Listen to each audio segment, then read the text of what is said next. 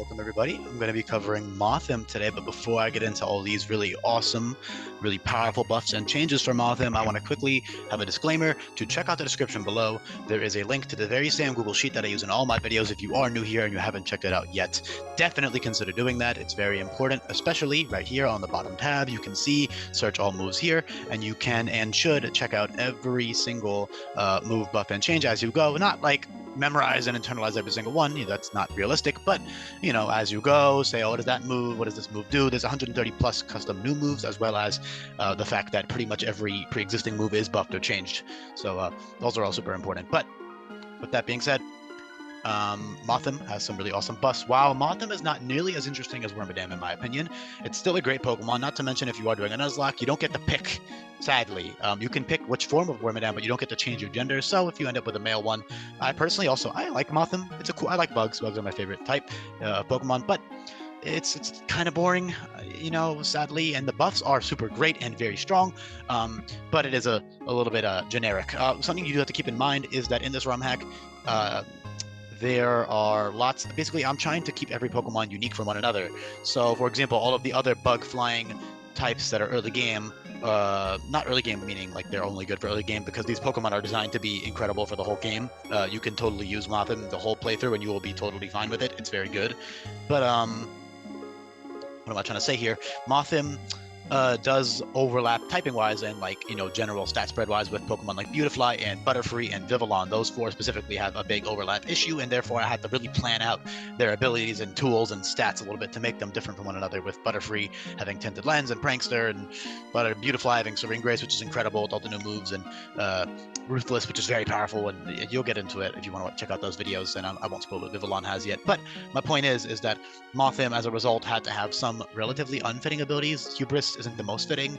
Adaptability fits purely because Burmy and the Wormadam guys have it, and so in my opinion, he can just keep it as the pre-evolution, even if he isn't really adapting. He's just a moth. I mean, you can argue that's adaptation. I don't know. It's not. Adaptability is kind of a general ability anyways. It fits a lot of things, but I try not to slap it on things randomly because it's kind of boring and just lame. Oh wow, how do I make a bad Pokemon good? I'll just give it adaptability. That's not very fun.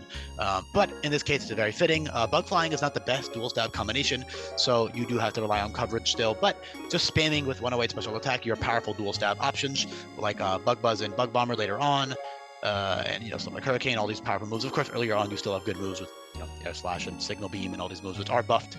Check those out in the description again. But adaptability is very simple. But the best thing you can do with adaptability is actually something that has to do with the moves Camouflage and Acclimate. Those are really fun.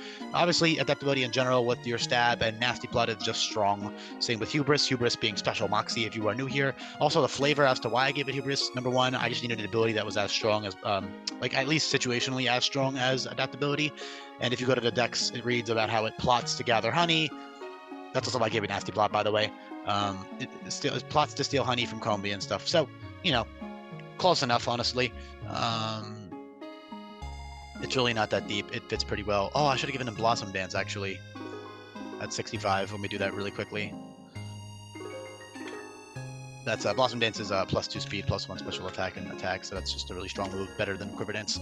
Quiver Dance being the strictly weaker version. Not that Quiver Dance is bad, that's already great, but yeah, hold on, let me just add Blossom Dance, because he does steal honey. I think it fits fine. But yeah, Mothim is just really strong, and that's really about it. So the Acclimate stuff is really fun. So earlier you have Z Camouflage, which both Z Camouflage and Z Acclimate will give you +1 to all of your stats, which actually makes you relatively tanky. But most importantly, it makes you very fast with 116 base speed. If you check out the speed tier guide, that's an amazing speed tier. You outspeed all the 115s as well as everything obviously below that. Scarf is also not very common in game, so it's pretty much non-existent because the AI doesn't know how to fucking switch out. So without switch moves or Tinted Lens, Choice Scarf is just bad because it's very easy to take advantage of that as the player. But yeah, point is you can outspeed all these guys, which is really nice. Obviously there are still things that outspeed you, but great nonetheless, and you can always use Choice Scarf or Priority with Silver Gale or Gust. You could also technically use First Impression versus a frail Pokemon that's weak to it, or a Pokemon that's weak, weakened. Say you switch it in, you pivot it in. you know, then you can finish it off with a first impression with adaptability. Despite the fact that you only have 58 attack, it's still pretty decent for specific situations, of course, which is why it's a good DM. That being said, though, yeah, you also have Sticky Web, which is like great. We all know what that does, and that's great even just for yourself to abuse, not just for your teammates. But you can also be purely supportive. You have tons of great support moves: Strength Step, Sticky Web, Whirlwind, which is priority 3 PP, Charm, Sweet Scent, Toxic. All these moves are great. Utility now, even just stuff like Sleep Powder. You can always do that yourself, or you can pivot out and. So you can basically sweep yourself, or you could just pivot out and use the support move pool that you have as well. So it's great for support or just pure offense. But yeah, stuff like Parting Shot and stuff is really nice as well. But yeah, back on topic with Camouflage. Z Camouflage will give you +1 to all your stats. And what you can do is basically, there are at least 10 Pokemon for each terrain ability now. You know, Psychic Surge, Grassy Surge type stuff. There's around 10 for each, give or take, which is pretty damn common. Not to mention the TMs for Electric Terrain and Grassy Terrain are very commonly distributed, with Electric Terrain being given to Electric types, Steel types, and a bunch of other random Mons, and then that fit, obviously, and then Grassy Terrain being given to Bugs, Grass, and then a bunch of other random stuff that fits as well. So those are pretty widespread, and you have infinite use eject button, so you can easily just set up that terrain and then eject button into your Mothim, or you can, you know, set up the terrain with Terrain Extender and then Parting Shot slowly into your Mothim to get that free switch in, and also to get that extra bulk, because with -1 offense on the opponent's side and +1 defensive from Z Camouflage, you can actually take some hits pretty well. Not to mention you can change your typing defensively, kind of like how Terra works, or Terrestrialization, whatever. But yeah, Camouflage is super awesome because you can use, especially Electric Terrain with an ally, you can get Nature Power, which you have, and you can get boosted +1 special attack, +1 speed, +1 SPDF and physical defense, plus the adaptability boost, plus the 1.5 from terrain, and you can spam Thunderbolt.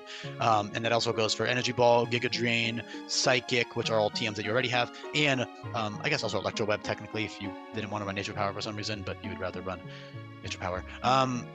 And then I guess Nature Power would be useful if you are not using an extender and you need the extra turns of stab maybe. But point is, Camouflage is very versatile, and that's very early. At level 40, that's really goddamn early. You could totally like maybe get a Nanu sleep off if you were smart about it, and you got the proper setup going. You could probably try and do that. I don't know if it would work out because sweeping is a lot harder.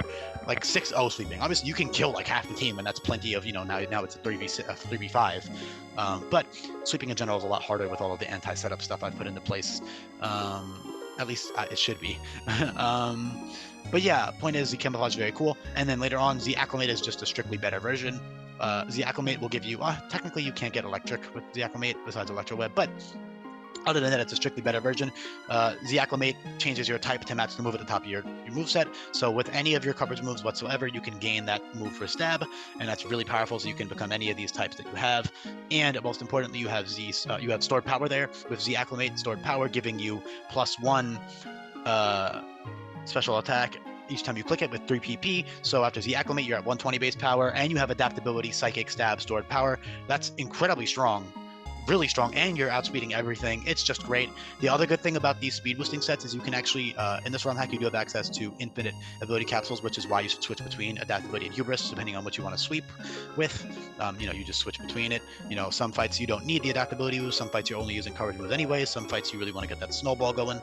Otherwise you'd run adaptability though. But you have infinite ability capsules, and you have infinite and instantaneous EV training. So what you can do is you can run max HP, max special attack or something for one boss fight with the speed boosting moves like Quiver Dance, Z Camouflage, Z Acclimate, Blossom Dance, etc. And you can still outspeed everything because of the way speed tiers work in this game.